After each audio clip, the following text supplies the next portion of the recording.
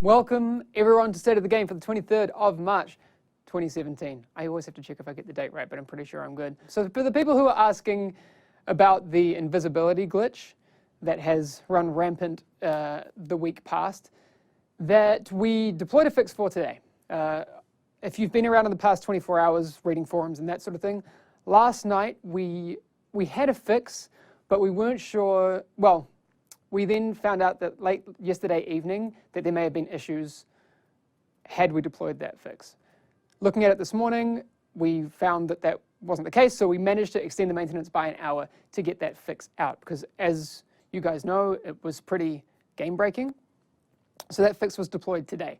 All right, so I see a lot of people asking about seekers. So we're going to talk about a few things. Well, when I say we, and I'll also listen to you.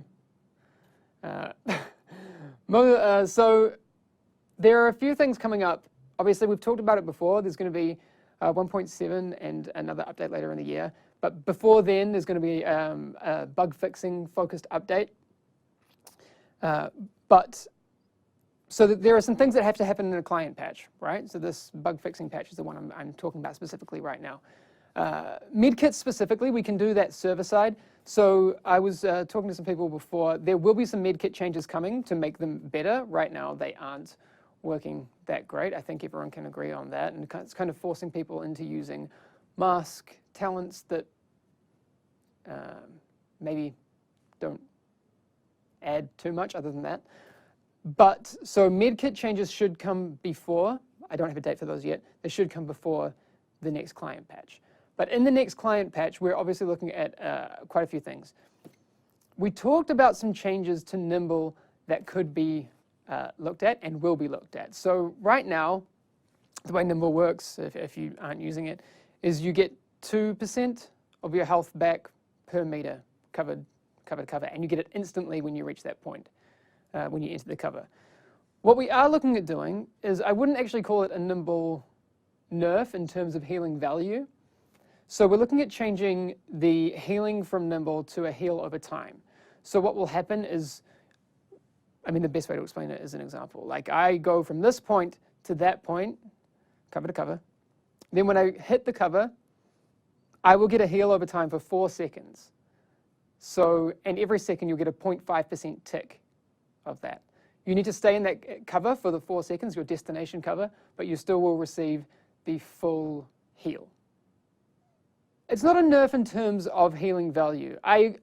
You could call it a nerf in terms of utility and usability, but your total amount healed will stay the same. Next, so Stagger has obviously been a thing. So particularly as it pertains to the airburst mod on Seekers, one of the things we're looking at doing for the airburst Seekers in the next client patch will be removing Stagger entirely from it. I'm very happy about that.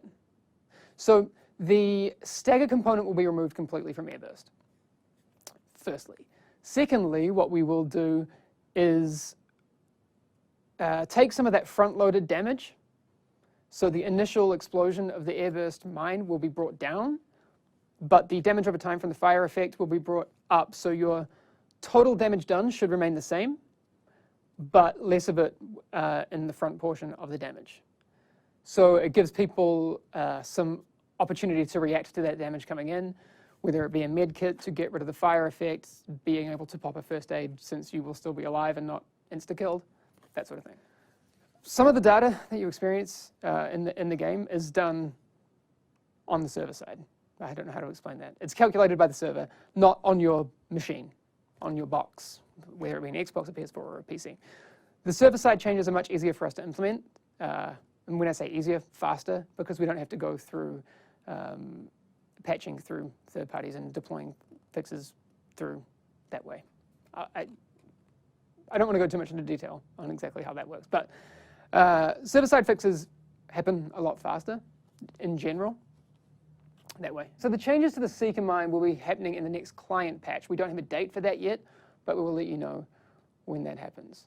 Stagger on all weapons will be reduced in the next client patch, is what we are looking at. We agree that stagger across all weapons. SVDs, Heron 79 mentions as well. They stagger too much. So in the next client patch, people should experience less stagger. Here's the thing.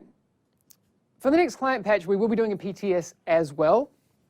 That specific PTS for the next client patch, which comes before 1.7, will be PC only for that time. We did say that 1.7 will be on console PTS as well, but I just wanted you guys to know that the patch that comes before that, the next client patch, which is a bug fixing focused one, there will be a PTS for that, but that one will be PC only. And then the console PTS for the bigger update for 1.7, and that PTS will be on PC, Xbox, and PS4. Oh, extended mags. Okay, so this one I find very interesting. So we talked about it last time. There are some legacy mags that roll or have been rolled at above the maximum for level 34 extended mags. That seems weird, and we agree. So what will happen in the next client patch? Well, I mean, you'll experience this in the PTS first. Those legacy mags will be brought down to their level 32 counterparts. So brought down.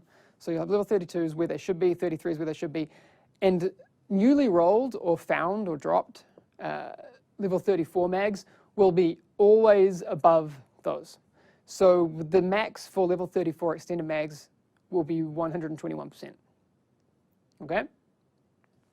All right, so the extended mag, that's that one. They're also spawning in Last Stand. We've noticed and heard a lot of reports of people spawn camping and not really having a way to combat that.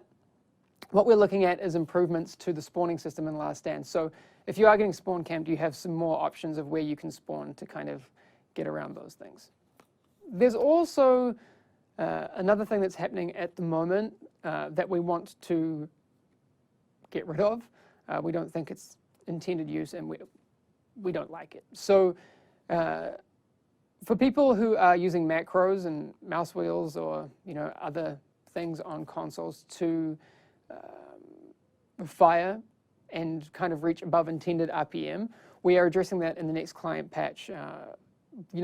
So the RPM max limit is brought to a more realistic level. That will affect people using a lot of burst fire MP5s and that sort of thing right now. But we want to make sure that it's not done in a cheesy way, because right now we see a lot of people using them in unintended fashions. So I'm excited about that one too. I will see you tomorrow. Take it easy, everyone. Bye.